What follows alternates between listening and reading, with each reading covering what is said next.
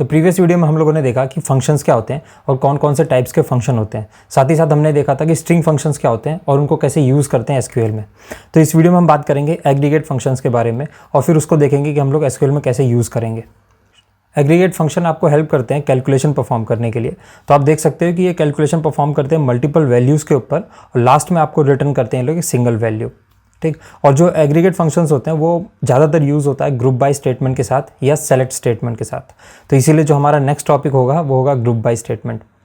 और नेक्स्ट आप देख सकते हो कि जो सबसे ज़्यादा यूज़ होने वाली एग्रीगेट फंक्शंस हैं वो आता है आपका काउंट, सम, एवरेज, मैक्स, मिनिमम और राउंड फंक्शन। ठीक, तो जो काउंट है वो आपको total number of count they देता है, कितने रोज़ हैं उसमें आपके टेबल में। और जो सम फंक्शन है वो सभी वैल्यूज़ का सम बताता है। एवरेज फंक्शन आपको टोटल वैल्यूज़ का एवरेज बताता है। जो मैक्स फंक्शन है वो आपको मैक्सिमम वैल्यू मतलब हाईएस्ट वैल्यू आपको बताता है। जो मिनिमम फंक्शन है वो आपको मिनिमम मतलब लोवेस्ट वैल्यू आपको बताता है। और जो राउंड फंक्शन है ये आपको हेल्प करता है, जैसे जो डेसिमल प्लेसेस होते हैं उसको आप स्पेसिफाई कर सकते हो। तो जो डेसिमल के बाद जितने भी डिजिट आते हैं उनको आप स्पेसिफाई कर सकते हो राउंड फंक्शन की हेल्प से। तो चलो हम लोग उसको एग्जाम्पल की हेल्प से समझ लेते हैं।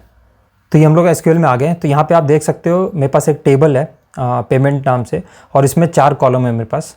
कस्टमर आईडी, अमाउंट, मोड मतलब किस माध्यम से आपने पैसा ट्रांसफ़र किया है, और लास्ट है आपका पेमेंट डेट, है ना। तो सबसे पहला जो अभी हम लोग लगाते हैं काउंट लगाते हैं। तो एक्चुअली जो काउंट फंक्शन है इसको तो आप चाहे तो यहाँ पे स्टार लिख सकते हो, तब भी वो आपको सेम रिजल्ट देगा। या मैं अगर चाहूँ किसी का भी कोई भी कॉलम का नाम देना, तो सपोज़ करो मैं दे देता हूँ अमाउंट। ठीक, अमाउंट की कितनी वैल्यूज़ उसका काउंट बता दे। इसको रन करते हैं तो आप देख सकते हो रिजल्ट में आया 15, मतलब इसमें 15 रोज ऑफ डेटा है। ठीक, अगर मैं अमाउंट की जगह यहाँ पे सिर्फ स्टार लिखता हूँ, है ना, इसका मतलब सभी मतलब टेबल में जितने रोज है उसका मुझे काउंट चाहिए, तब भी सेम ही रिजल्ट आएगा, 15 आना चाहिए। रन करते हैं, आप देखो अभी भी 15 आया है ना। तो ये जो आपका काउंट है ये आपको टोटल नंबर ऑफ रोज देता है। काउंट के बाद हम देख लेते हैं सम। तो यहाँ पे मैं लिखता हूँ सम और यहाँ पे लिखता हूँ मैं अमाउंट। तो जो कॉलम था हमारे पास अमाउंट, उसका मैं सम देखना चाहता हूँ, उसमें टोटल कितनी वैल्यूज़ हैं। इसको करो आप रन। अब देखो टोटल वैल्यूज़ आ रही हैं 720, है ना। तो इसमें 720 हमारे पास टोटल वैल्यूज़ है जो कि अमाउंट पेड हुआ होगा। अब हम लोग बात करते हैं मैक्सिमम का। तो अगर मैं लिखता हूँ मैक्स और मैक्स अमाउंट मतलब अमाउंट कॉलम में सबसे हाईएस्ट वैल्यू कितना है, कितना हाईएस्ट अमाउंट है वो देख लेते हैं। तो जो सबसे हाईएस्ट अमाउंट जो पे किया है वो है 90 रुपीज़।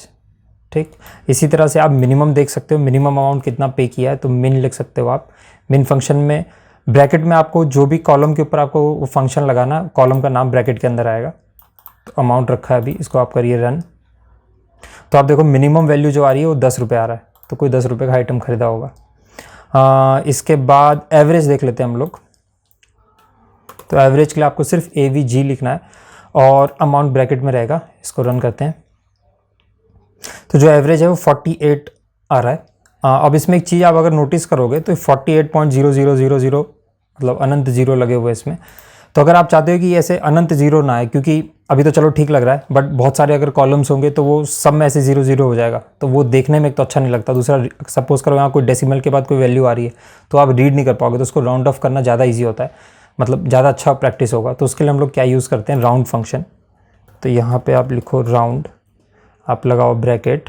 तो राउंड में किसको करना चाहता हूँ, इस एवरेज वैल्यू को करना चाहता हूँ, और कॉमा लगाओगे आप। उसके बाद आप कितने डिजिट तक राउंड करना चाहते हो, मतलब डेसिमल के बाद आपको कितने डिजिट चाहिए।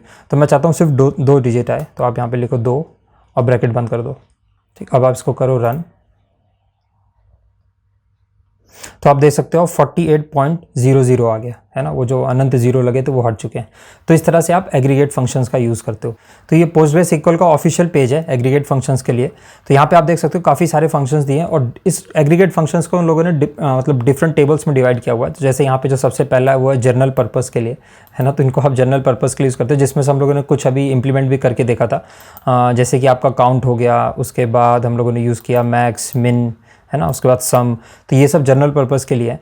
इसके अलावा और भी एग्रीगेट फंक्शंस हैं, जैसे यहाँ पे आप देख सकते हो कि स्टैटिस्टिक्स के लिए है ना।